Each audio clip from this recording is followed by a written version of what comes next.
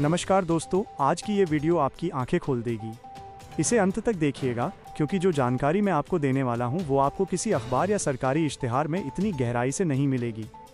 क्या आपको पता है कि अगले कुछ हफ्तों में आपके दरवाजे पर कोई दस्तक देने वाला है? एक ऐसी दस्तक जो आपके घर के भविष्य का फैसला कर सकती है। भारत के हर राज्य, हर जिले और हर गांव में एक ऐसी हलचल शुरू हो चुकी है जिसे अब तक का सबसे बड़ा मकान सर्वे कहा जा रहा है।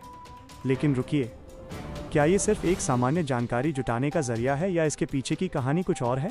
क्या आपकी एक छोटी सी लापरवाही आपके अपने घर पर आपके हक को खतरे में डाल सकती है? सरकार कह रही है कि ये सर्वे सिर्फ इसलिए है ताकि पता चल सके कि देश में कितने मकान हैं, कितनी बिजली है और कितने शौचालय। सुनने में तो ये बहुत अच्छी बात लगती है, लेकिन क्या आपको बिहार का वो वाकया याद है? 24 अगस्त 2024 को जब वहाँ भूमि सर्वे शुरू हुआ तो लोगों को लगा कि सिर्फ रिकॉर्ड सही किए जा रहे हैं। नतीजा क्या हुआ? जिन लोगों के पास जमीन के पुख्ता कागज नहीं थे, उनकी सालों पुरानी जमीनें रातों रात सरकारी रिकॉर्ड में अधीन हो गईं। लोग आज भी कचहरियों के चक्कर काट रहे हैं। क्या आपके मकान के साथ भी ऐसा हो सकता है? सस्पेंस यही है।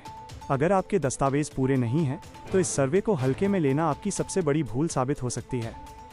अब सवाल उठता है कि अचानक इसकी ज़रूरत क्यों पड़ी? असल में 2026 में देश की बड़ी जनगणना शुरू होने वाली है।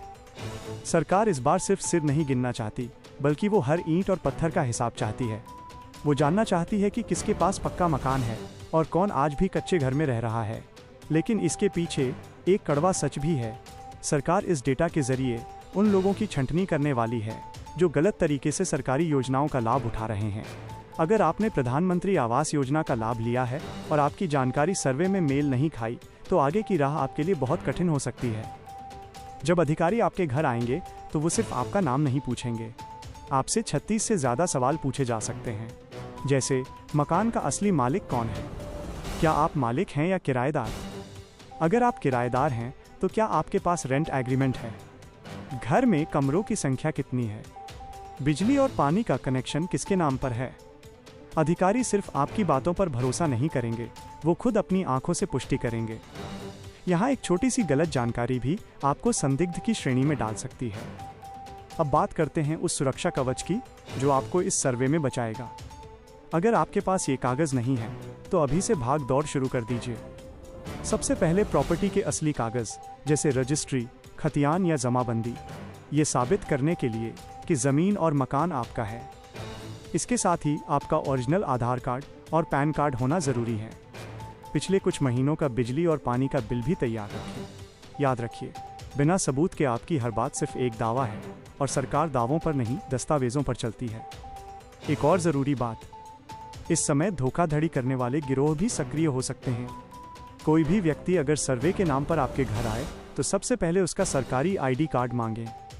बिना पहचान की पुष्टि किए अपनी निजी जानकारी या दस्तावेजों की फोटोकॉपी किसी को न दें।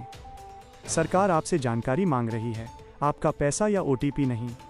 अप्रैल का महीना शुरू हो चुका है और 2026 से 2029 के बीच ये महाअभियान पूरे भारत को अपनी चपेट में ले लेगा। ये डराने के लिए नहीं, बल्कि आपको जगाने के लिए है। अपनी फाइलें चेक कीजिए, अपनी रजिस्ट्री ढूंढिए और अगर कोई कमी है तो उसे तुरंत दुरुस्त करवाइए। एक जागरूक नागरिक ही सुरक्षित रह सकता है। इस जानकारी को अपने तक सीमित न रखें।